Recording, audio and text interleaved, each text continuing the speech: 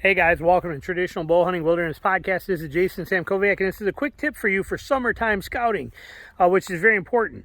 When you're scouting in the summertime for fall deer season, you can't, excuse me, just had a can of pop for the first time in a long time, and that feels really good.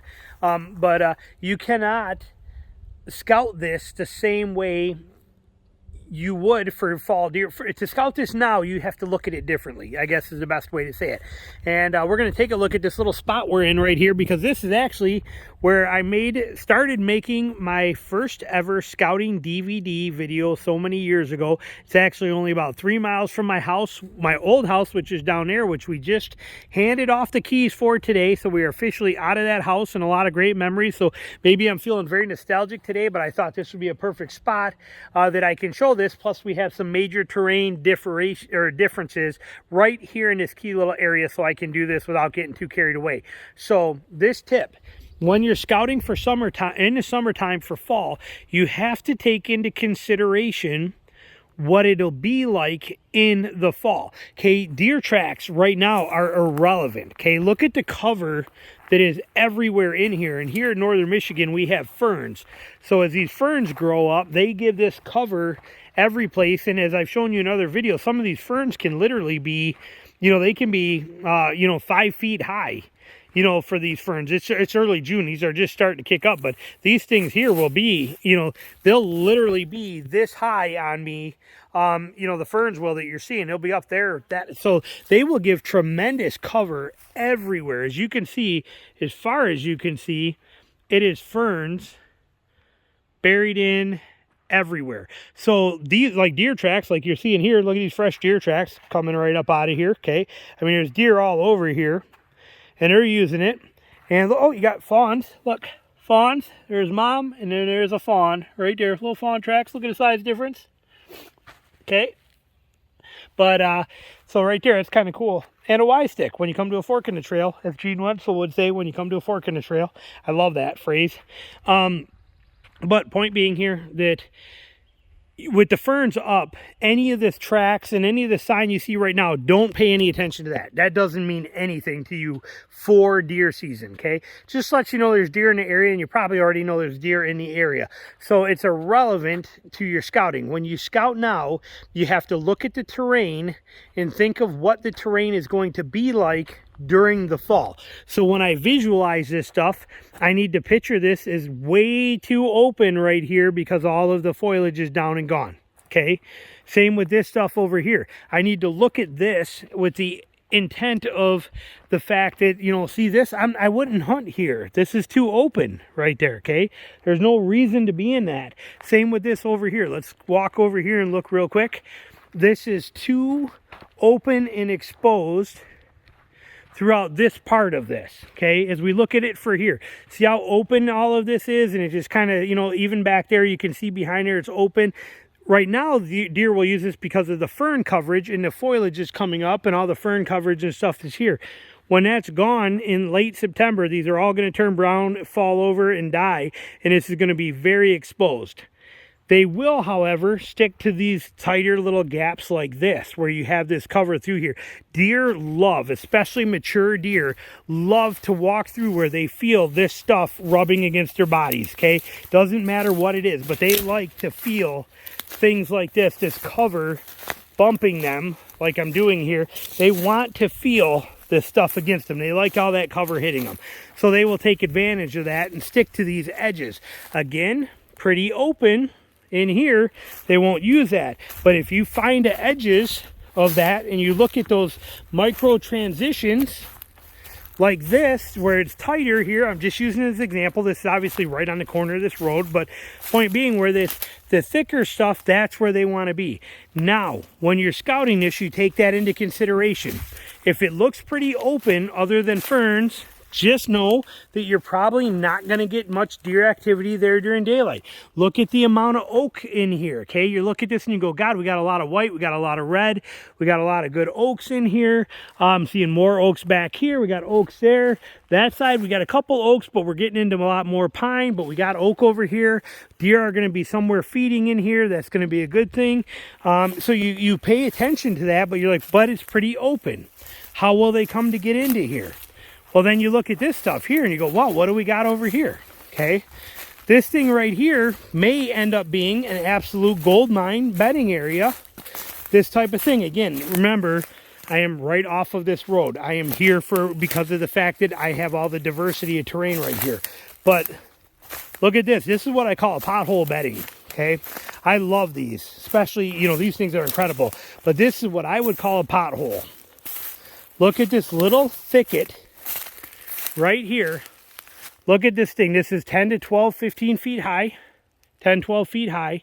Little thick jammed up clump of whatever the heck was happening here that's just now overgrown.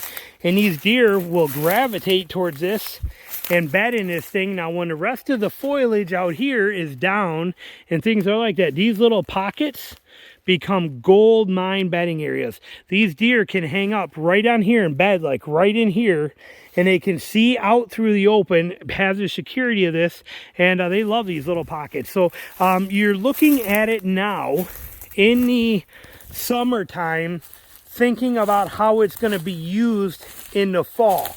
In the fall, what food sources will they be hitting? Where will they be bedding? And how will they travel through there? Where can you cut them off on the way? Okay, those are the plans, but you have to look at it differently. You cannot go by the sign that you see on the ground in the summertime. If this was a real big deer trail going right through here right now, and it's got tracks on it, I don't care, because I'm not going to hunt deer here. This is too open and too exposed, and I'm not going to have any activity here.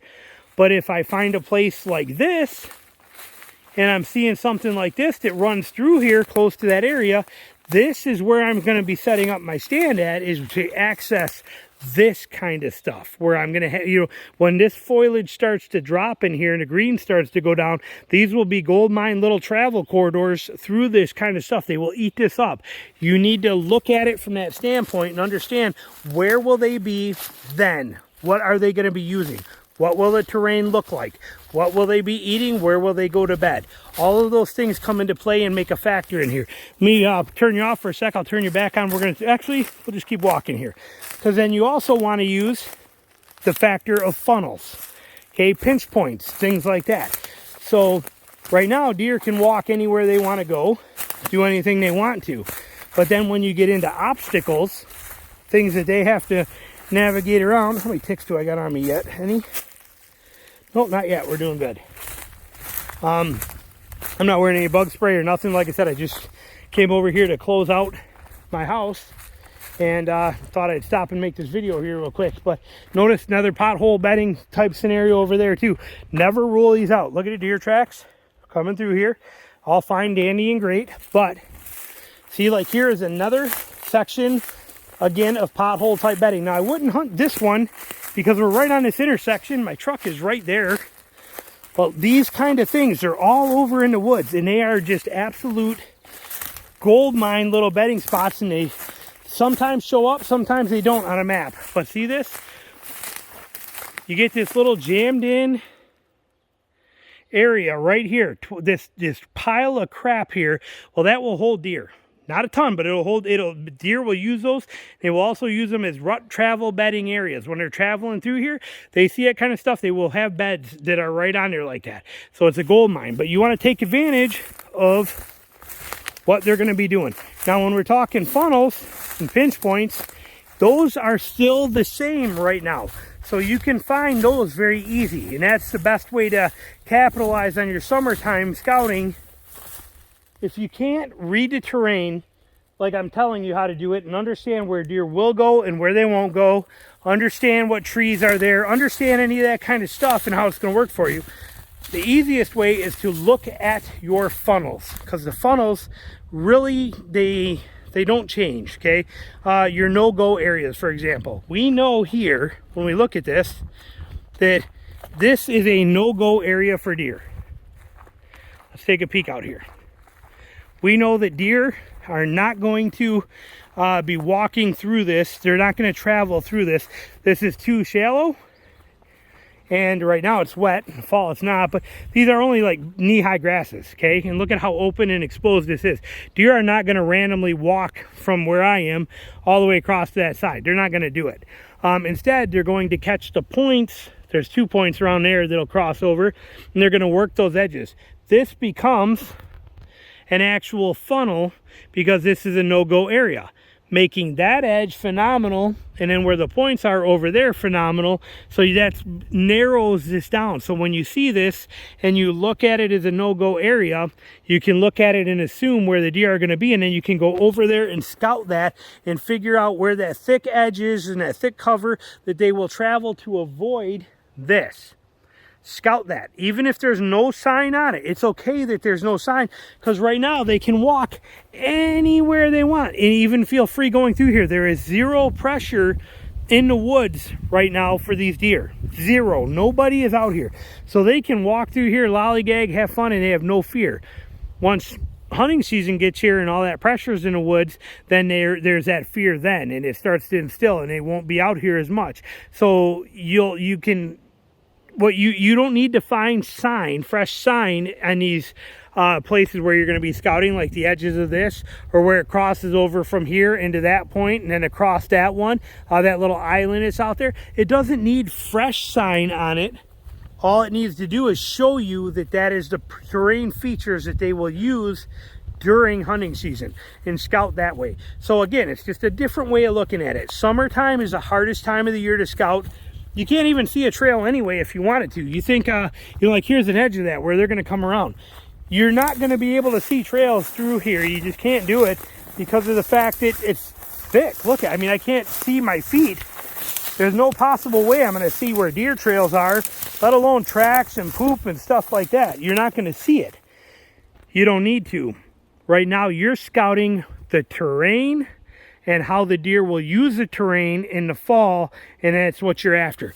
Once you start thinking with that mindset, your summer scouting is going to get 1,000 times better and way more productive. I don't care what time of year it is that I scout anymore. I am fine scouting in the summer, and I think for me, for a lot of people that know what they're doing with this stuff too, summertime scouting is just as productive as in-season scouting, because we don't scout deer. We scout deer habits and what they do. Okay, we scout for terrain and deer habits, and we hunt the wind is what we're doing in that terrain. So we find the terrain that the deer want to move through. Oh, look, we just kicked those out. That wasn't there earlier. Look, I think you can see them down there. I'll zoom you in. Those fresh tracks crossing the road right there. We must have just kicked deer out of over there. See them right down there, those ones. Those weren't there earlier. But we are hunting, or you learn this terrain features that are where the deer are going to use.